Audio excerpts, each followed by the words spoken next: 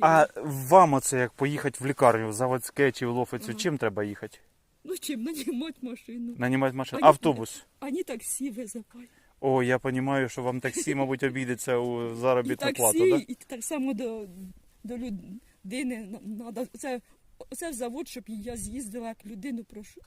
Так і таксі прийде, і це от за 300 гривень треба віддати. 300 гривень, так. А в Лохвицю 500. В одну сторону? Ну, да.